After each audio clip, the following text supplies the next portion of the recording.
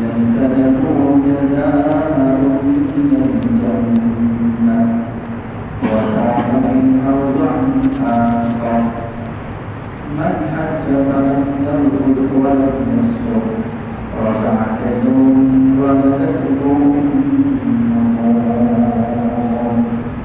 أو كما قال عليه الصلاة والسلام صدق الله العلي العظيم وصدق رسوله النبي الكريم ونحن على ذلك لمن الشاهدين والشاكرين نجيب الجلالين مثال محمد جعل الهدى كمال محمد جعل الهدى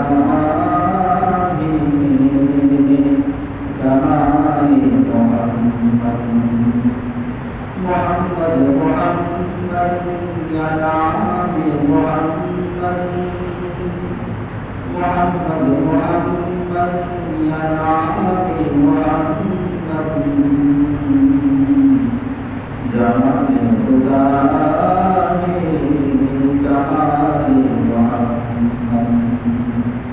جمال الهدى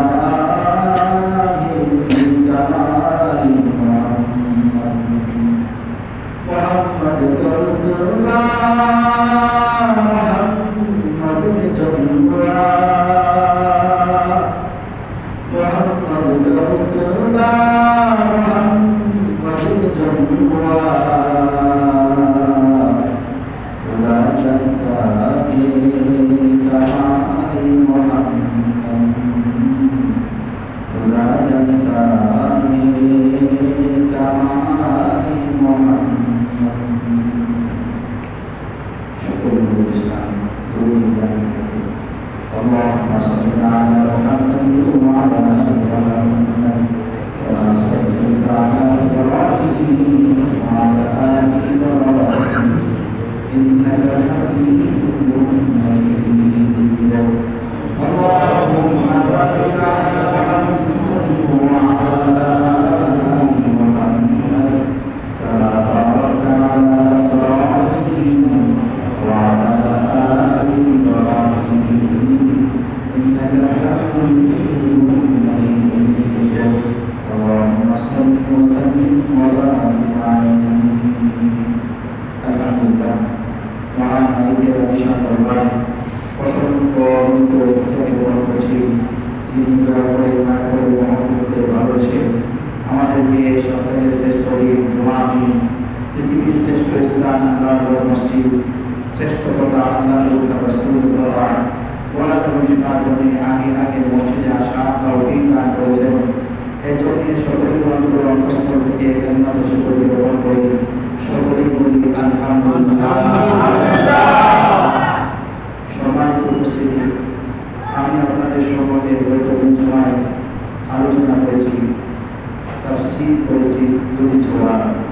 গত জুমার মধ্যে আপনাদের সামনে আমি সূরা কারিয়া তাফসীর করেছি, দ্বিতীয় জুমার মধ্যে সূরা ইখলাসের তাফসীর করেছি।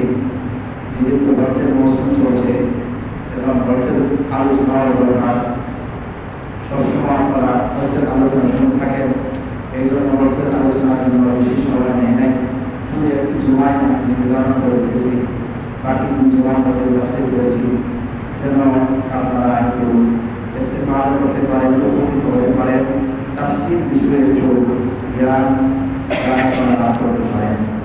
তো আজকে আমি যে বিষয়টি আলোচনা করব, যে আলোচনা আপনারা সবসময় শুনে থাকেন, সবসময় প্রত্যেক বছরই হজ্জের মৌসুমে আলোচনাগুলো হয়ে থাকে। আজকে আলোচনার বিষয় হল হজ সংক্রান্ত আলোচনা।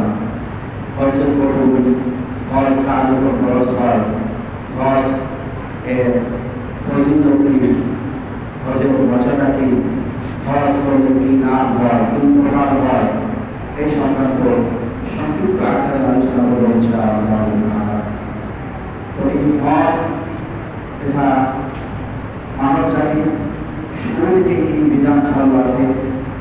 বিধান। এটা আদম আলাইহিস সালাম থেকে এই হজ্জের বিধান পৃথিবীতে চলমান ছিল, আছে, তাদের ইনশাআল্লাহ। হযরত ইব্রাহিম আলাইহিস সালাম আগে এই পৃথিবীতে নূহ আলাইহিস সালামের জমানায় মহা প্লাবন হয়েছিল। এই প্লাবনের মাধ্যমে হজ যে ঘরকে কেন্দ্র করে করা হয়, বাইতুল্লাহ, মসজিদে হারাম, এই মসজিদে হারাম নিশ্চিহ্ন হয়ে গিয়েছিল। হজ যেহেতু এই ঘরকে কেন্দ্র করে করা হয়, তাই এই ঘর যখন নিশ্চিহ্ন হয়ে যায়, তখন এই ঘরকে আবার পৃথিবীকে নতুন করে নির্মাণ করার জন্য, এই ঘরকে পৃথিবীতে আবার তার উৎপত্তি ঘটানোর জন্য আল্লাহ পাক রব্বুল আলামিন ইব্রাহিম আলাইহিস সালামকে হযরত ইব্রাহিম আলাইহিস সালামের কাছে প্রেরণ করেন এবং তাকে বলে দেন যে ইব্রাহিম আলাইহিস সালামকে জানিয়ে দেন যে এখানের মধ্যেই বাইতুল্লাহ ছিল, মসজিদে হারাম ছিল, এখানের মধ্যেই মসজিদে হারাম ছিল, আপনি এটা নির্মাণ করুন। এটা নির্মাণ করার পরে আপনি মানুষের মধ্যে ঘোষণা করে দেন, মানুষ যেন আমার হজ্জের জন্য, হজ করার জন্য, এই বাইতুল্লাহ, এই মসজিদে হারাম জিয়ারত করার জন্য, তওয়াফ করার জন্য আসে। এই সময় নূহ আলাইহিস সালামের মহা প্লাবনের পরে এই ঘর যদি নিশ্চিত হয়ে যায়, তাই নতুন করে নির্মাণ করে হযরত ইব্রাহিম আলাইহিস সালাম তার সন্তান ইসমাঈল আলাইহিস সালামকে সাথে নিয়ে এই ঘর নির্মাণ করার পর হযরত ইব্রাহিম আলাইহিস সালামকে আল্লাহ তাআলার পক্ষ থেকে ফরমান দেওয়া হলো, হুকুম দেওয়া হলো, আদেশ দেওয়া হলো, নির্দেশ দেওয়া হলো যে আপনি পুরা মানব জাতির মাঝে, সমস্ত মানুষদের মাঝে এই আহ্বান দিয়ে দেন যে আল্লাহ তাআলা সবার উপরে হজকে ফরজ করে দিয়েছেন। আল্লাহ তাআলা যারা এই বলে আসার মতো উদ্যোগ রাখে, ক্ষমতা রাখে, সামর্থ্য রাখে, সবার জন্য এই ঘর তওয়াফ করা, এই ঘর জিয়ারত করা, এই ঘর এসে হজ করা আল্লাহ তাআলা ফরজ করে দিয়েছেন, ঘোষণা দিয়ে দেন। তখন ইব্রাহিম আলাইহিস সালাম বলেন, হে আল্লাহ, এটা তো জনমানবহীন অঞ্চল, মরুভূমি, জনমানব শূন্য, এখানে ঘোষণা করবে কে শুনবে? তখন আল্লাহ তাআলা বলেন, তুমি ঘোষণা দিয়ে দাও। তখন উনি ঘোষণা দেন। ঘোষণা দেওয়ার জন্য দুটি রেওয়ায়াত আছে। একটি রেওয়ায়াত হলো মাকাম ইব্রাহিম, যেটা হচ্ছে যে আপনারা বাইতুল্লাহর পাশে দেখতে পান, ইব্রাহিম আলাইহিস সালামের পদচিহ্ন, পায়ের চিহ্ন, এই পাথরের উপরে তিনি দাঁড়িয়ে ঘোষণা দিয়েছিলেন। আরেকটি বর্ণনায় আছে জাবাল আবু কুবাইস, ওখানে একটি প্রসিদ্ধ পাহাড় আছে, পাহাড়ের নাম আবু কুবাইস। ওই আবু কুবাইস পাহাড়ের উপরে উঠে তিনি ঘোষণা করেন যে আল্লাহ তাআলা মানুষের উপরে হজকে ফরজ করে দিয়েছেন, যারা এই হজ করার সক্ষমতা রাখে, শক্তি রাখে, সামর্থ্য রাখে। ঘোষণা দেওয়ার জন্য আল্লাহ তাআলা যখন বললেন, তখন ইব্রাহিম আলাইহিস সালাম ঘোষণা দিলেন। ঘোষণা দিয়ে যখন তিনি দিলেন, তখন ওই জমানার মধ্যে, ওই সময়ের মধ্যে, ওই কালে এই পৃথিবীতে যত মানুষ ছিল, সমস্ত মানুষের কাছে আল্লাহ তাআলা এই আহ্বান পৌঁছিয়ে দেন। এমনকি শুধু মানুষরা এই পৃথিবীতে যারা বসবাস করেছিল তারা নয়, তো আমরা যারা তখন পৃথিবীতে আসি নাই, রূহের জগতের মধ্যে ছিলাম, ওই রূহের জগতেও তার আওয়াজটা, তার আহ্বানটা, তার ঘোষণাটা আল্লাহ তাআলা পৌঁছিয়ে দেন। যারা মায়ের পেটে ছিল তাদের কানেও আল্লাহ তাআলা পৌঁছিয়ে দেন। যে যেখানে ছিল সমস্ত মানুষদের কানে কর্ণ করে এই আওয়াজটা, এই আহ্বানটা আল্লাহ তাআলা পৌঁছিয়ে দেন। এই আওয়াজ যখন পৌঁছে, তখন যার কাছে পৌঁছার পরে যে যতবার লাব্বাইক, আমি হাজির আছি, আমি উপস্থিত আছি, আমি আসবো, এই কথা বলেছে, সেই ততবার এই বাইতুল্লাহ শরীফ হজ করার জন্য আল্লাহ তাআলার পক্ষ থেকে তাওফিক পেয়ে যাবে। সুবহানাল্লাহ। সম্মানিত উপস্থিতি, ইব্রাহিম আলাইহিস সালাম আল্লাহ তাআলার পক্ষ থেকে ঘোষণা দিয়েছিলেন। আল্লাহ তাআলা বলেছিলেন, ওয়ালাকুম ফিন-নাসি বিল-হাজ্জি ইয়াতুকা রিজালান ওয়া আলা কুল্লি যারিন ইয়াতিনা মিন কুল্লি ফাজ্জিন আমিন। আপনি মানুষদের মাঝে ঘোষণা করে দেন, মানুষের দলে দলে পায়ে হেঁটে দুর্বল সোয়ার উপরে আরোহণ করে করে নির্বল থেকে, সংকীর্ণ পথ থেকে মানুষেরা বলে বলে এই বাইতুল্লাহ শরীফে আসবে, আপনি শুধু আহ্বান করবেন, আপনার কাজ হলো আহ্বান করা, আর এই আহ্বানকে ডাকে ঘোষণাকে সবার জন্য পৌঁছে দেওয়ার দায়িত্ব হলো আমি আল্লাহ। এই জন্য আল্লাহ তাআলা সবার কানে বসে দিয়েছিলেন। তো এর মাধ্যমে পৃথিবীতে আবার বাইতুল্লাহ শরীফ তওয়াফ শুরু হয়, এর মাধ্যমে পৃথিবীতে আবার বাইতুল্লাহ জিয়ারত শুরু হয়, এর মাধ্যমে আবার বাইতুল্লাহ হজ শুরু হয়ে যায়। ভাইরা আমার, এই হজ কিন্তু একটা পৃথিবীতে, এই জন্য একটা মানুষের উপরে যদি সক্ষমতা থাকে, শক্তি সামর্থ্য থাকে, সুস্থ হয়, এরপরে তার সাংসারিক যে খরচ আছে এগুলো বহন করার পর সে প্রকৃত সম্পত্তি দিয়ে এই বাইতুল্লাহ পর্যন্ত পৌঁছতে সক্ষম হয়, হজ করতে সক্ষম হয়, তাহলে তার উপরে হজ ফরজ। ঠিক আছে? তো এই ব্যক্তি যখন হজ্জে আল্লাহ তাআলার পক্ষ থেকে ওখানে যাবে, হজ করবে, এর মাধ্যমে আল্লাহ তাআলা তার অনেক মর্যাদা, অনেক শান, অনেক মান, অনেক কিছু আল্লাহ তাআলা দান করবেন। তো হজ যেহেতু বাইতুল্লাহ কেন্দ্রিক, এই বাইতুল্লাহ পৃথিবীতে আল্লাহর ঘর পৃথিবীতে কয়টা? মাত্র একটা। যেহেতু ঘর একটা, এই জন্য ব্যক্তি যদি সামর্থ্যবান হয়, যত বড় ধনাঢ্য হয় হোক না কেন, জীবনে একবার যদি কোনো ব্যক্তি হজ করে ফেলে খরচ করার পর, তাহলে তার আর দ্বিতীয়বার হজ করতে হবে না। কারণ হজ খরচ করা বাইতুল্লাহ, বাইতুল্লাহ যেহেতু একটা, তাই ব্যক্তি জীবনে একবার হজ করলে এ হজের দায়িত্ব আদায় হয়ে যায়। নামাজ 5 ওয়াক্ত, কারণ নামাজ এটা ঘর কেন্দ্রিক না, সময় কেন্দ্রিক। সময় যেহেতু দৈনিক 5 বার আসে, এই জন্য সময় যতবার আসবে ততবারই মানুষের জীবন নামাজ খরচ হবে।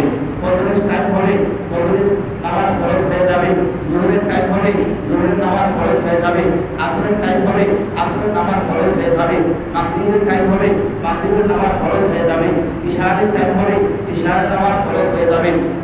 যেহেতু সময় কেন্দ্রিক, সময় যতবার আসবে ততবারই ব্যক্তির উপরে খরচ হয়ে যাবে। রোজা এটা মাস কেন্দ্রিক, মাস মানুষের কাছে যতবার আসবে ততবার তার উপরে রোজা রাখা খরচ করে। রমজান মাসে রোজা রাখতে হয়, যে ব্যক্তির কাছে রমজান মাস আসবে যতবার আসবে ততবার সে রমজানের রোজা রাখতে হবে। যাকাত এটা অর্থ কেন্দ্রিক, সম্পদ কেন্দ্রিক, টাকা পয়সা কেন্দ্রিক। যার কাছে যতবার যত বছর এই টাকার মালিকানা থাকবে, নেশার মালিকানা থাকবে, সে ততবার যাকাত আদায় করতে হবে। কিন্তু হজ যেহেতু বাইতুল্লাহ কেন্দ্রিক, এটা যেহেতু একটাই, এই জন্য জীবনে একবার যদি খরচ হজকে আদায় করে নেই, তাহলে তার খরচ দায়িত্ব যেটা আছে এটা আদায় হয়ে যাবে। সম্মানিত মুসলিম কেরাম, তো এই হজ আল্লাহ তাআলা কাদের উপরে খরচ করেছেন, কার উপরে খরচ করেছেন? তো 5টা শর্ত যে ব্যক্তির উপরে পাওয়া যায় তার উপরে হজ করা খরচ। নাম্বার 1, লোকটা মুসলমান হতে হবে। নাম্বার 2, লোকটা সাবালক হতে হবে। নাম্বার 3, লোকটা স্বাধীন হতে হবে। নাম্বার 4, লোকটা সুস্থ হতে হবে। এইরকম শারীরিক শক্তি সামর্থ্য থাকতে হবে। যে রকম শক্তি সামর্থ্য থাকলে একটা মানুষ নিজ দেশ থেকে, নিজ এলাকা থেকে, নিজের বাড়ি থেকে, বাসস্থান থেকে বাইতুল্লাহ পর্যন্ত পৌঁছে নিজের শক্তি সামর্থ্য দিয়ে হজ করতে পারে, বাইতুল্লাহ ওয়াফ করতে পারে, সাহি করতে পারে, হজের কাজগুলো আঞ্জাম দিতে পারে, ওই ব্যক্তির উপরে হজ ফরজ। 5 নম্বর হলো লোকটা ওইখানে যাওয়ার মতো আর্থিক সামর্থ্য থাকতে হবে। এই 5টা শর্ত যদি কোনো ব্যক্তির কাছে একত্রিত হয়, জমা হয়, তখন ওই লোকের উপরে হজ করা ফরজ হয়। আর এই 5টা শর্তের যদি কোনো শর্ত না পাওয়া যায়, তাহলে তার উপরে হজ করা ফরজ হবে না।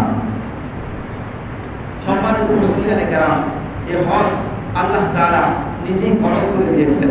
আল্লাহ তাআলা বলেন সূরা আলে ইমরানের 57 আয়াতে আল্লাহ তাআলা বলেন, وَلِلَّهِ عَلَى النَّاسِ حِجُّ الْبَيْتِ مَنِ اسْتَطَاعَ إِلَيْهِ سَبِيلًا وَمَن كَفَرَ فَإِنَّ اللَّهَ غَنِيٌّ عَنِ الْعَالَمِينَ।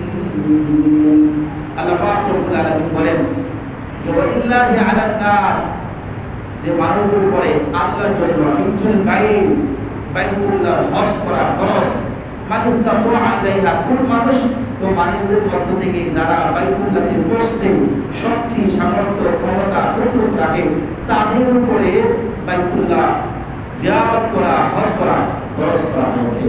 যারা এই ফরজ কাজ আঞ্জাম দিবে তাদের জন্য আল্লাহ তাআলার পক্ষ থেকে অনেক নাজ নেয়ামতের ব্যবস্থা রয়েছে, অনেক সুখ খবরের ব্যবস্থা রয়েছে।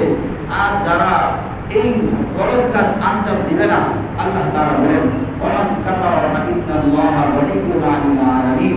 তো যারা এই হজের বিধানকে আঞ্জাম দিবে না, হজের বিধানকে পালন করবে না, তারা তাদের থেকে পুরা বিশ্ব জগৎ থেকে আল্লাহ তাআলা বেনিয়াজ, আল্লাহ তাআলা কারোর হজের থেকে বোকাবে কিনা।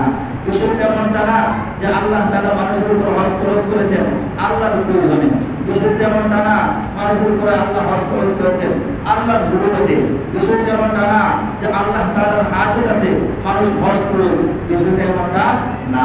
বরঞ্চ মানুষের প্রয়োজন, মানুষের জরুরত, মানুষের লাভের জন্য, মানুষের ফায়দার জন্য, মানুষের উপকারের জন্য আল্লাহ তাআলা হজকে ফরজ করে দিয়েছেন। রাসূলুল্লাহ সাল্লাল্লাহু আলাইহি ওয়াসাল্লাম তিনিও বলেছেন, মুসলিম শরীফের হাদিস, রাসূল বলেন আল্লাহ কদ ফারাদা আলাইকুমুল হাজ্জা ফাহুজ্জু। রাসূল বলেন আল্লাহ তাআলা তোমাদের উপরে হজকে ফরজ করে দিয়েছেন, সুতরাং তোমরা কি করো? হজ করো। তো হজ্জের বিধান এটা হলো ফরজ বিধান। কি বিধান? বলেন কি বিধান? ফরজ বিধান। এই ফরজ বিধান অবশ্যই যারা এই ফরজের আওতায় আসবে তাদেরকে আঞ্জাম দিতে হবে। যদি কোনো একটা মানুষ আঞ্জাম দেয় তাহলে সে সফলতা লাভ করতে পারবে, অনেক মর্যাদা হাসিল করতে পারবে। সে ওইরকম ভাবে পাক সাফ পবিত্র হয়ে হজ থেকে ফিরে আসবে যেরকম ভাবে একটা নবজাত শিশু দুনিয়াতে বেগুনা মাসুম হয়ে আসে ও হজকারী ঠিক তেমনি ভাবে ওইরকম ভাবে হজ থেকে বেগুনা মাসুম হয়ে ফিরে আসবে। রাসূল বলেন মান হাজ্জা ফালাম ইয়ারফুর ওয়া লাম ইয়াফসুক রাজা খায়রুন মিন ওয়ালাদাতহু উম্মুহু। রাসূল বলেন কেউ হজ করবে অবশ্যই ইহরাম বাঁধা অবস্থায় সে তার স্ত্রীর সাথে কোনো জমা করবে না, সহবাস করবে না, তার সাথে নিজের যৌন চাহিদা মেটাইল না, এবং কোনো গুনাহের কাজে জড়াইল না, কোনো পাপাচার করবে না, কদাচার করবে না, অনাচার করবে না, গালি গালাজ করবে না। ওইরকম ভাবে পাক সাফ সুন্দর পবিত্র স্রোতে যে হজের কাজকে আঞ্জাম দিবে আল্লাহ পাক রাসূল বলেন ওয়াজা খায়রুন ওয়ালাদাতহু উম্মুহু। সেজন্য ওইরকম ভাবে হজ করে ফিরে আসবে যেরকম ভাবে সন্তান দুনিয়াতে বেগুনা মাসুম হয়ে আসে। সুবহানাল্লাহ। তো বেগুনা মাসুম হয়ে দুনিয়াতে মানব জাতি শিশু যেমন ভাবে জন্মগ্রহণ করে পৃথিবীতে আসে, ও ঠিক তেমনি ভাবে হজকারীও হজ করে গুনাহ থেকে পাক সাফ পবিত্র হয়ে ফিরে আসবে। তবে মনে রাখতে হবে আরেকজনের হক যদি থাকে এই হক কিন্তু আমার মা বলে না। এখন কেউ যদি মনে করে আমি তো আরেকজনের হক আমার কাছে আছে, হজে চলে যাই, হজ করে তারপরে ফিরে আসবো, আমার সমস্ত গুনাহ মাফ হয়ে যাবে, তাহলে বোঝার মধ্যে ভুল হয়েছে। বোঝার মধ্যে কি হয়েছে? ভুল হয়েছে। এখানে সমস্ত গুনাহ থেকে মাফ করে দেওয়া হবে, কেউ পাক সাফ পবিত্র হয়ে ফিরে আসবে। কোন সমস্ত গুনাহ? যে সমস্ত গুনাহ আল্লাহর হকের সাথে সম্পৃক্ত, আল্লাহর হকের সাথে সম্পৃক্ত, ওই সমস্ত গুনাহ থেকে পাক সাফ পবিত্র হয়ে ফিরে আসবে।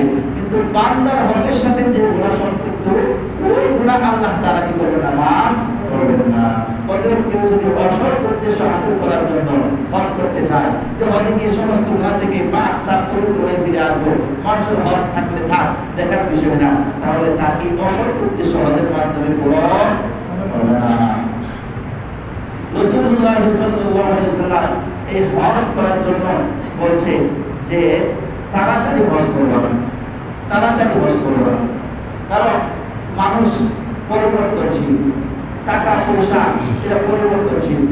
আজকে সকালে আপনি ধরি বিকালবেলা হয়তো হতেও পারে, এই বছর আপনি ধরি আগের বছর হয়তো হতেও পারে, এই বছর আপনি ধরি আগের বছর ধরি হতেও পারে, এই বছর আজকে আপনি সুস্থ, আগামী দিন আপনি অসুস্থ হতে পারেন, এই বছর আপনি সুস্থ, আগের বছর আপনি অসুস্থ হতে পারেন। তো যখন আপনার উপরে হজ ফরজ হয়েছে, তখন আপনি যদি হজটাকে আঞ্জাম না দেন বিভিন্ন ব্যস্ততার কারণে, বলেন এখনো তো যুবক মানুষ, টাকা হয়েছে কি হয়েছে, এখন যদি হজে যায় তাহলে হজের বিধানকে আঞ্জাম দেওয়ার পরে যেরকম থাকার দরকার ছিল পাক সাফ পবিত্র হাদিসান হিসাবে ওরকম তো থাকতে পারবো না, কোনটা কুতুগুলা হয়ে যেতে পারে। ওদের এখন হজ করার দরকার নাই। যখন বয়স সাথে শেষ বয়সে পড়ব, তখন ব্যবসা বাণিজ্য থেকে আমি ফারেক হব, চাকরি নকরি থেকে ফারেক হব, যখন আমি সমস্ত যার ঝামেলা থেকে ফারেক হব, তখন আমি হজকে করব। এই কথা যদি চিন্তা করেন, ফিকির করেন, তাহলে হতে পারে আপনার এই হজ আঞ্জাম দেওয়া আপনার পক্ষে সম্ভব নয়। কারণ আপনি আজকে সুস্থ, আগামীকাল অসুস্থ হতে পারেন। আজকে আপনি দরদ সম্পদের মালিক, কিন্তু আগামী বছর আপনি এরকম দরদ সম্পদের মালিক নাও থাকতে পারেন। এই জন্য রাসূলুল্লাহ বলেছেন, রাসূলুল্লাহ বলেছেন যে আজরুল হজ فإن أحدكم لا يدري ما يعرض له। রাসূল বলেন, তোমরা তাড়াতাড়ি হজকে আদায় করো, কেননা তোমাদের মধ্যে মানুষের যারা আছে জানে না, তোমাদের কেউ জানে না যে তার সামনের দিনগুলোতে তার সামনে কি আসছে, এটা সে জানে না। فإن أحدكم لا يدري ما يعرض له। তার সামনে কি আসবে, কি ঘটবে, কি অবতারণা ঘটবে, এটা কেউ জানে না। এই জন্য রাসূল বলেছেন, তাড়াতাড়ি হজ করো। আপনি ব্যবসায়ী, আপনি ব্যবসা করেন, আপনি চাকরি নিয়ে পাচ্ছেন, চাকরি থেকে রিটার্ন হয়ে গেল, ঠিক আছে, ফারেক হয়ে গেল, আপনি ভাবছেন আমার অনেক যাই ঝামেলা, ছেলে মেয়ে আছে, তাদেরকে বিবাহের সাথে দিয়ে দেন, তারপরে হজ করবো। ভাই, হতে পারে এমনও আপনি আগামীকাল মৃত্যুবরণ করবেন, এমন হতে পারে আমি এখানে বসে আছি, আমরা এখানে বসে আছি, আমাদের ঘরে কেউ বাড়িতে দিন নাও যেতে পারে। এমন হতে পারে এই বছর আমরা আছি, আগের বছর নাও থাকতে পারি। এই বছর আমার কাছে টাকা আছে, এমন হতে পারে আগের বছর টাকা নাও থাকতে পারে। তখন আমার উপর তো হজ খরচ হয়েছিল, এই ফরজ বিধান কিন্তু রহিত হয়ে যাবে না। এই ফরজ বিধান আমার উপরে থেকে যাবে। এই ফরজ বিধানের জন্য আল্লাহ পাক রব্বুল আলামিনের কাছে আমাকে পাকড়াও হতে হবে, আল্লাহ তাআলার কাছে আমাকে গ্রেফতার হতে হবে। এজন্য রাসূল বলেছেন, তাআজ্জালু ইলাল হজ, হজ তোমরা তাড়াতাড়ি করো। ফাইন্না আহাদাকুম লা ইয়াদরি মা ইয়া'রিজু লাহু। কেননা তোমাদের কেউ জানে না তার সামনের দিনগুলোতে তার সাথে কি ঘটবে। এজন্য হজগুলো তাড়াতাড়ি করতে হবে। আপনার উপরে হজ খরচ হয়েছে, আপনি এই বছর সংকল্পনা রাখেন, এই বছরই আপনি যান, আগের বছর তো অপেক্ষা করবেন না। এই বছর আপনার উপরে হজ খরচ হয়েছে, আপনি ব্যবসা বাণিজ্য, চাকরি নকরি এগুলোর জন্য বিলম্ব করবেন না হজকে। কারণ হতে পারে এই হজ থেকে আপনি মাহরুম হয়ে যাবেন। তখন এই গুনাহের বোঝা মাথায় নিয়েই আল্লাহর কাছে দাঁড়াতে হবে। একটা কবিরা গুনাহ মানুষকে জাহান্নামে নিয়ে যাওয়ার জন্য যথেষ্ট। আর কোনো একটা বান্দা যদি এই হজ ফরজ বিধানকে ছেড়ে দেয়, তাহলে এটা কবিরা গুনাহ হবে। আর এই কবিরা গুনাহ একটা মানুষকে জাহান্নামে নিয়ে যাওয়ার জন্য যথেষ্ট হয়ে যাবে। এই জন্য ভাই, যার কাছে টাকা হয়েছে, যার কাছে সম্পদ আছে, যার কাছে ব্যাংক ব্যালেন্স আছে, এরকম পরিমাণের যে আপনি হজে যেতে পারেন, আপনি হজ করতে পারবেন, আপনার সক্ষমতা আছে, শক্তি আছে, তাহলে আপনি তাড়াতাড়ি করুন, এই হজের কাজ তাড়াতাড়ি আঞ্জাম দেন। আর না হয়তো সমস্যার সম্মুখীন হওয়া সম্ভাবনা রয়েছে। এজন্য আমরা যারা টাকার মালিক, অর্থের মালিক, শারীরিক শক্তি আছে, আমরা হজ করে দেবো। ইনশাআল্লাহ, অনেক সময় করবো ইনশাআল্লাহ। যদি এখনো না করে থাকি, তাহলে আমরা এই বছর আর করতে পারছি না, সময় শেষ, আগামী বছর নিয়োগ করে দেব, যা হজ করে দেব। যদি আগামী বছর আপনার জীবন বাকি থাকে, হায়াত বাকি থাকে, তাহলে ইনশাআল্লাহ করতে পারবেন। আর যদি নাও করতে পারেন, তাহলে আরেকটা কাজ করতে হবে, সেটা হলো আপনার যে ওয়ারিশ আছে, আপনার যে ছেলে মেয়ে পরিবার আছে, তাদেরকে ওসিয়ত করবেন যে আমার তো হজ খরচ হয়েছিল, কিন্তু আমি না জানার কারণে, না বোঝার কারণে, অথবা কোনো ব্যস্ততার কারণে, কোনো সমস্যার কারণে আমি যে বিষয় হজে যেতে পারি নাই, আমি ওসিয়ত করছি, যদি আমি আগামী বছর যেতে পারি তাহলে আলহামদুলিল্লাহ, যদি না যেতে পারি তাহলে আমি ওসিয়ত করে যাচ্ছি যে আমার পক্ষ থেকে হজ করা হবে, আমার পক্ষ থেকে কোনো একজন মানুষকে দিয়ে, ভালো মানুষ দিয়ে, নেককার মানুষ দিয়ে হজের বিধানটা আঞ্জাম করা হবে। এরকম ভাবে ওসিয়ত করতে হবে। যদি ওসিয়ত করেন তাহলে আপনি করতে পারেন। আপনার সম্পদের 3 ভাগের 1 ভাগ সম্পত্তি যদি হজ করানো যায়, তাহলে ওয়ারিসদের উপরে আবশ্যক হলো আপনার সম্পত্তি থেকে আগে আপনার হজের কাজটা আঞ্জাম দেওয়া। আপনার সময় সকল সম্পত্তি থেকে 3/1 থেকে যদি হজের কাজটা আঞ্জাম দেওয়ানো যায়, হজের কাজটা সমাধান করা যায়, তাহলে ওয়ারিসদের উপর আবশ্যক হলো, অত্যাবশ্যকীয় হলো যে আগে আপনার হজের কাজটা আঞ্জাম দেওয়ার জন্য টাকাগুলো আরোপ করা, অর্থগুলো আরোপ করা তাদের উপর আবশ্যক। তো তারা যদি আঞ্জাম দেয়, তারা আপনি মুক্তি পাবেন, তারাও মুক্তি পাবে। তারা যদি আঞ্জাম না দেয়, তারা গুনাহগার হবে। আপনি অস্বীকার করে দেওয়ার কারণে আপনি আল্লাহর কাছে কি পেয়ে যাবেন? মুক্তি পেয়ে যাবেন। এই জন্য 2 নাম্বার কাজ করতে পারেন, ওসিয়ত করে যাবেন। যারা আমার এই হজ আমরা আল্লাহ তাআলার জন্য করব, এই হজ যারা ফরজ হওয়ার পরেও করবে না, তাদের ব্যাপারে ধমক কি এসেছে হাদিসে পাকের মধ্যে? আমি বলবো না, রাসূলের বলেছেন। তিরমিজি শরীফের হাদিস, হাদিস নম্বর 812, রাসূলুল্লাহ বলেছেন যে মান মালাকা যাদান ওয়া রাহিলাতান তুবাল্লিগুহু ইলা বাইতিল্লাহ ফালাম ইয়াহুজ্জা ফালা আলাইহি আন ইয়ামুতা ইয়াহুদিয়ান আও নাসরানিয়ান।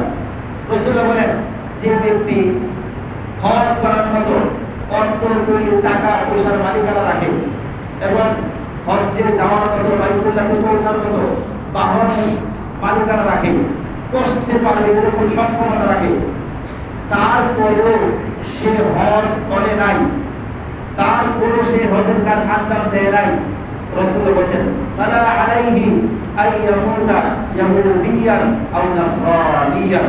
রাসূলুল্লাহ বলেন, তার উপর কোনো পরোয়া নাই, সে মরুক ইহুদি হয়ে অথবা খ্রিস্টান হয়ে। সে ইহুদি হয়ে অথবা খ্রিস্টান হয়ে হলো, তাতে আমার কোনো বিক্ষেপ নাই, তাতে আমার কোনো পরোয়া নাই, আমার কোনো জিম্মাদারি নাই।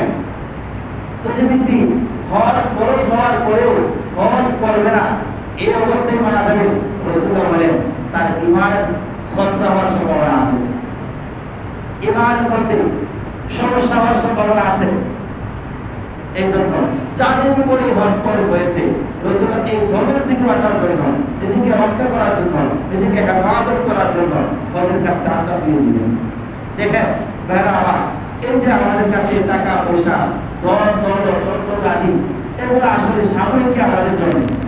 আমরা তো এগুলোর প্রকৃত মালিক আমরা না, এগুলোর প্রকৃত মালিক কে? আল্লাহ। আল্লাহ তাআলা সাময়িক ভাবে আমাদেরকে ব্যবহার করার জন্য সুযোগ দিয়েছেন। এই জন্যে আমার বাবা যে সম্পদের মালিক ছিল, বাবা নিয়ে যেতে পারেন নাই, এখন না আমার, আমি যেটার মালিক, আমি যখন দুনিয়া থেকে আল্লাহ তাআলা আমাকে নিয়ে যাবেন, তখন আমি কোনো নিয়ে যেতে পারবো না, এগুলো আমার ওয়ারিসদের হবে সাময়িক দিনের, কয়েকদিনের জন্য, সাময়িকের জন্য। এরকম ভাবে দুনিয়া ষড়যন্ত্র থেকে এ পর্যন্ত এই জমি, এই টাকা পয়সা অর্থ করে মানুষের মাঝে একের উপর এক, যুগের পর যুগ বংশ পরম্পরা চলে আসছে, কিন্তু প্রকৃতপক্ষে এগুলার মালিক মানুষ নয়, প্রকৃতপক্ষে মালিক কে? আল্লাহ তাআলা বলেছেন ওয়ালিল্লাহি মুলকুস সামাওয়াতি ওয়াল আরদ, আসমান এবং জমিনের মালিকানা একমাত্র আল্লাহ। ওয়ালিল্লাহি মিরাসুস সামাওয়াতি ওয়াল আরদ, আসমান এবং জমিনের মিরাস একমাত্র আল্লাহ। বাপ চলে যায়, সন্তান ওয়ারিস হয়, সন্তান চলে যায়, নাতি ওয়ারিস হয়, নাতি চলে যায়, পুত্র ওয়ারিস হয়, এরকম ভাবে ওয়ারিস হতে থাকে। চলতে চলতে চলতে চলতে একটা সময় কোনো মানুষ থাকবে না, তখন সমস্ত সম্পত্তি আবার কার হয়ে যাবে? আল্লাহ। এটাই আল্লাহ তাআলা বলেন ওয়ালিল্লাহি মিরাসুস সামাওয়াতি ওয়াল আরদ, আসমান এবং জমিনের বিরাসত একমাত্র আল্লাহ তাআলার। ভাই আমি ভাবছি, আমি যদি হজে যাই তাহলে তো আমার টাকা খরচ হয়ে যাবে, আমি যদি হজে যাই আমার টাকাগুলো নষ্ট হয়ে যাবে, আমি যদি হজে যাই তাহলে তো আমার ব্যবসার মধ্যে সমস্যা হবে, আমি যদি হজে যাই আমার চাকরির মধ্যে সমস্যা হবে, আমি যদি হজে যাই তাহলে ছেলে মেয়ের যে লেখাপড়া আছে এগুলোতে সমস্যা করবে, বেকার করবে, আরো বিভিন্ন ধরনের ঝামেলা আমি মাথার মধ্যে অনুভব করছি। মনে রাখেন, এই সমস্ত ঝামেলার কারণে আপনি ঝামেলা করে দিতে পারেন, এই বিধান থেকে আপনি মাহরুম হয়ে যেতে পারেন, বঞ্চিত হয়ে যেতে পারেন, আপনি এই বিধান আঞ্জাম না দিয়েই দুনিয়া থেকে বিদায় হওয়া লাগতে পারেন।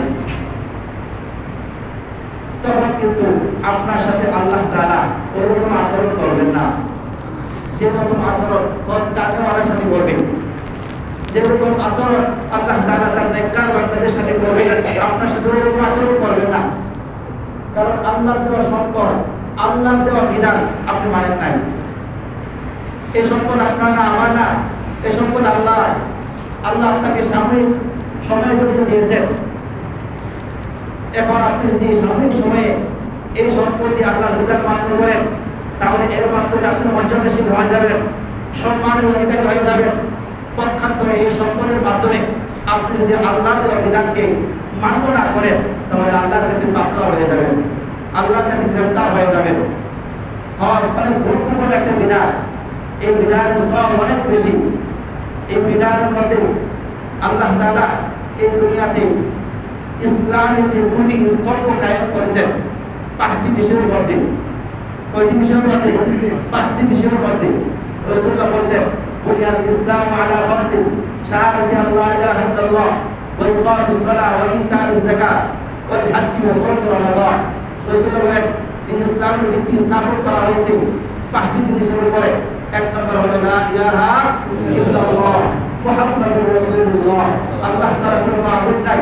রাসূলুল্লাহ সাল্লাল্লাহু আলাইহি ওয়াসাল্লামের সুন্নাত ছাড়া, পথ ছাড়া, মত ছাড়া আর কোনো সফলতা নাই। সফলতা যদি কোনো একটা মানুষ পরিপূর্ণভাবে অর্জন করতে চায়, তাহলে অবশ্যই আল্লাহ তাআলার তাওহীদের স্বীকৃতি দিতে হবে, রাসূলুল্লাহর রিসালাতের স্বীকৃতি দিতে হবে, আল্লাহ তাআলার হুকুমকে মানতে হবে, রাসূলুল্লাহ দেখানোর পর অনুযায়ী জীবনকে পরিচালনা করতে হবে। এক নম্বর ভিত্তি ইসলামের এই কালিমার উপরে। 2 নম্বর ভিত্তি হলো রাসূলুল্লাহ বলেছেন ওয়া ইকামিস সালাহ, নামাজ কায়েম করা। 3 নম্বর ওয়া ইতাইজ যাকাত, যাকাত প্রদান করা। 4 নম্বর ওয়াল হজ, হজ আঞ্জাম দেওয়া। 5 নম্বর সাওম রমাদান, রমজান মাসে হজ আর রোজা রাখা। বরাবর এই যে হজ, এর হজ ইসলামের পঞ্চ ভিত্তির একটি গুরুত্বপূর্ণ ভিত্তি। এই ভিত্তি আমাদেরকে আঞ্জাম দিতে হবে। যদি না দেই, তাহলে ইসলামের একটা খুঁটি আমাদের কাছ থেকে দুর্বল হয়ে যাবে, ইসলামের একটা খুঁটি আমাদের কাছে বলবৎ হয়ে যাবে। এই জন্য এই কাজটা আমরা আঞ্জাম দিব।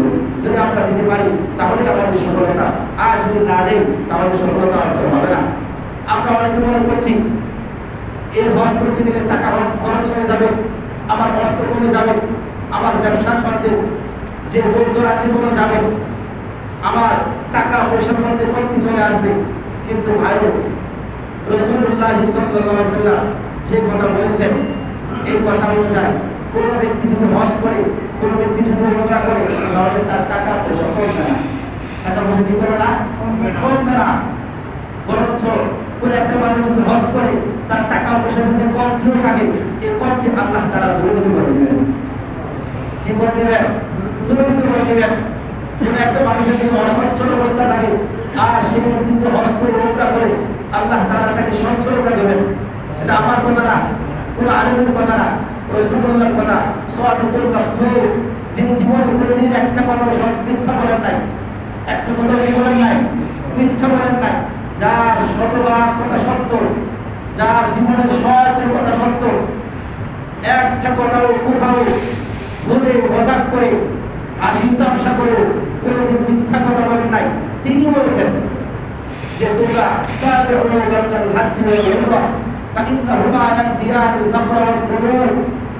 বলেন যে তোমরা এক হজের করে আরেক হজ করো, এক প্রকার করে আরেক প্রকার করো। কেননা এটা দরিদ্রতাকে দরিদ্র করো, এবং গুনাহকে দরিদ্র করো।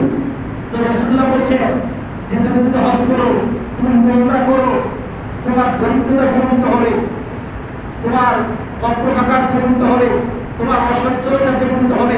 তুমি যে গুনাহ হয় মানুষ চলতে গেলে দুনিয়ার মধ্যে পড়ে, নফসের প্ররোচনায় পড়ে, শয়তানের ধোঁকায় পড়ে মানুষের গুনাহ হয়ে যায়, পাপ হয়ে যায়। রাসূলুল্লাহ সাল্লাল্লাহু আলাইহি ওয়াসাল্লাম বলেন, কোন একটা মানুষ যদি এক হজের পরে আরেক হজ, এক হজের পরে আরেক উমরা, বারবার হজ করে, বারবার উমরা করে, টাকা খরচ করে, ধন সম্পদ খরচ করে, হজ করে, উমরা করে, আল্লাহ তাআলা তার যে দারিদ্রতা আছে, যে অসচ্ছলতা আছে, এগুলা দূর করে তাকে সচ্ছল বানিয়ে দিবেন। কি বানিয়ে দিবেন? সচ্ছল বানিয়ে দিবেন।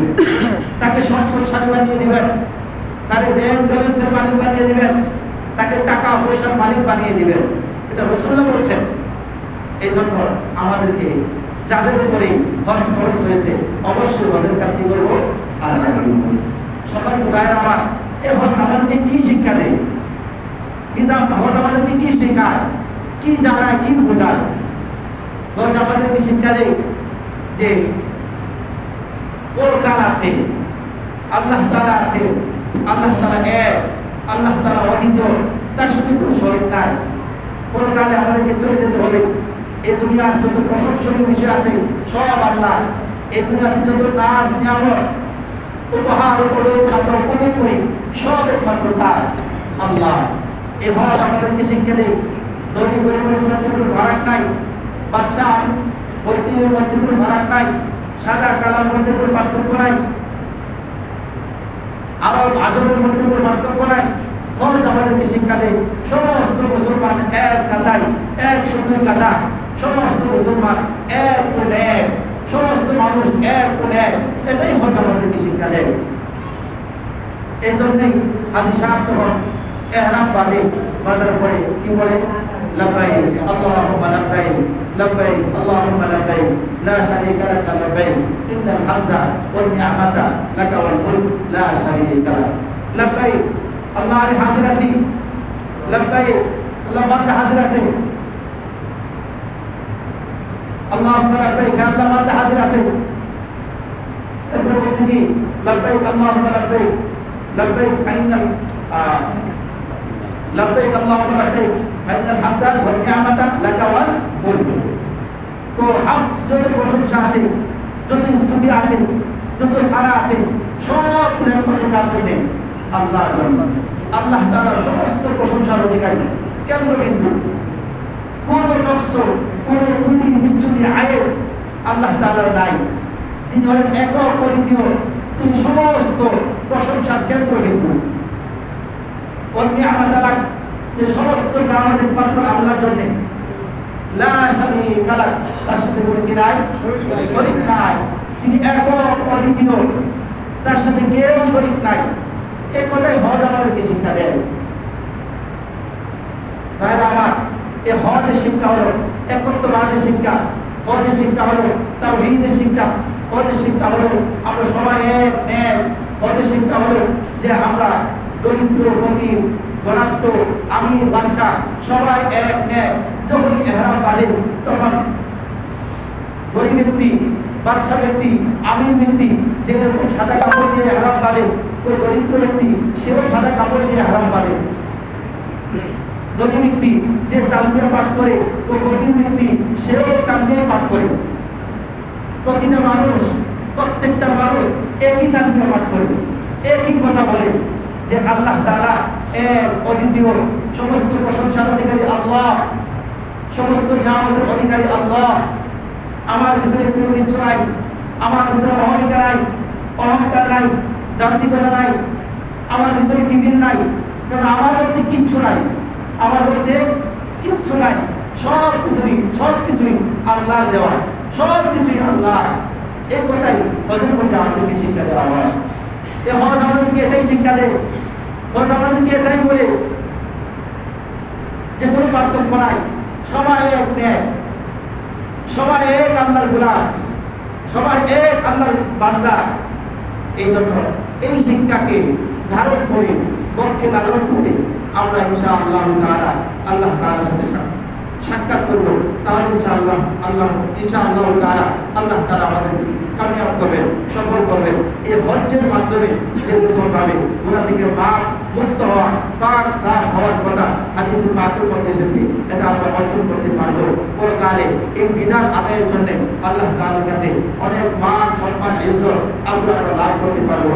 আর যদি হজ করলাম, হাদিস ব্লক লাগাইলাম, কিন্তু হজ্জের যে শিক্ষা, এই শিক্ষা আমি আমার ভক্তের মধ্যে ধারণ করলাম না, আমার ভিতরে অহংকারী বলা, আমার ভিতরে দাম্ভিকতায় বলা, আমার ভিতরে কিবির দিয়ে বলা, আমার ভিতরে মানুষের প্রতি দয়া মায়া মহব্বত করতে কিচ্ছু নাই, এরকম যদি হয় তাহলে হজ করেছে ঠিক আছে, হজের কাজ আন্দাজ দিয়েছে ঠিক আছে, কিন্তু হজের যে হাকিকত, হজের যে রূহ, হজের যে চাহিদা, হজের যে তাকাদা, হজ আমার কাছে যেটা চাই এটা আমার ভিতরে আসে না। এই জন্য হজের চাহিদাকে, হজের তাকাদাকে, হজের শিক্ষাকে আমাদের পক্ষে লালন করতে হবে। এই হজকে আমরা আমাদের জীবনের মধ্যে ধারণ করে আল্লাহ তাআলার সাথে সাক্ষাৎ করতে হবে। আল্লাহ তাআলা আমাদের সবাইকে যাদের উপর হজ ফরজ হয়েছে হজের কাজ আঞ্জাম দিয়ে, যাদের উপর ফরজ হয় নাই আমরা আল্লাহ তাআলার কাছে দোয়া করে বেশি বেশি করে কান্নাকাটি করে আল্লাহ তাআলার কাছে চাইবো যেন আল্লাহ তাআলা আমাদেরকে তৌফিক দিয়ে দেন হজ করার জন্য। ইনশাআল্লাহ তাআলা আল্লাহ যদি চায় তাহলে হজ করা সম্ভব না অসম্ভব? টাকা না থাকলেও, অর্থ না থাকলেও, সম্পদ না থাকলেও সম্ভব। কারণ আল্লাহ তাআলা চাইলে সব কিছু করতে পারেন। আপনার কাছে টাকা নাই, আপনার দিনের ভিতরে দোকান, বাইতুল্লাহর প্রতি মহব্বত, আপনার দিনের ভিতরে দোকান, মদিনার প্রতি মহব্বত। একটা মুসলমানের রোজ থাকবে, রোজহান থাকবে, সব সময় একটা টান থাকবে বাইতুল্লাহ দিকে। কারণ বাইতুল্লাহ আল্লাহ বানাইছেন একটা টান দিয়ে, একটা মহব্বত দিয়ে, ভালোবাসা দিয়ে।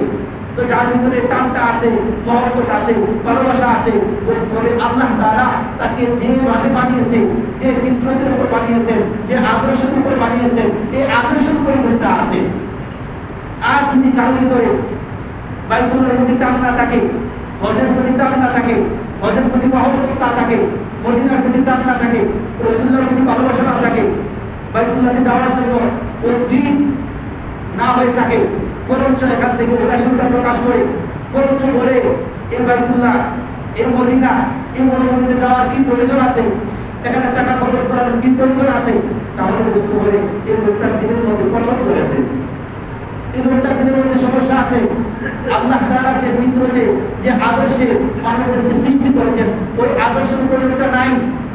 যতই আদর্শবাদী হোক, যতই নিজেকে প্রকাশ করে আমি আদর্শবাদী, আমি আদর্শবান, আমি একজন সুশীল, বুঝতে হবে লোকটা মুখে যতই বলুক, সমাজের কাছে যতই আদর্শবাদী হোক, সমাজের কাছে, মানুষের কাছে যতই সুশীল হোক, কিন্তু শরীয়তের দৃষ্টিকোণ থেকে, আল্লাহ তাআলার দৃষ্টিকোণ থেকে, রাসূলুল্লাহর দৃষ্টিকোণ থেকে মানুষ সৃষ্টির যে আদর্শ আছে, ফিতরত আছে, এই আদর্শ ফিতরতের দৃষ্টিকোণ থেকে তার দিনের মধ্যে পছন্দ হয়েছে, গোমরাহি তার দিনের মধ্যে ঢুকে গেছে। আল্লাহ তাআলা আমাদের সবাইকে এইরকম পছন্দ থেকে, এইরকম খারাপ চিন্তা ফিকির থেকে হেফাজত করে বাইতুল্লাহর প্রতি মহব্বত ভালোবাসা নিয়ে, রাসূলুল্লাহর প্রতি মহব্বত ভালোবাসা নিয়ে, মদিনার প্রতি মহব্বত ভালোবাসা নিয়ে জীবনকে পরিচালনা করে বাইতুল্লাহতে অতি তাড়াতাড়ি হজের কাজ আঞ্জাম দেওয়ার জন্য, যাওয়ার জন্য আল্লাহ তাআলা আমাদের সবাইকে তৌফিক দান করুন। আমিন। আলহামদুলিল্লাহ রাব্বিল আলামিন।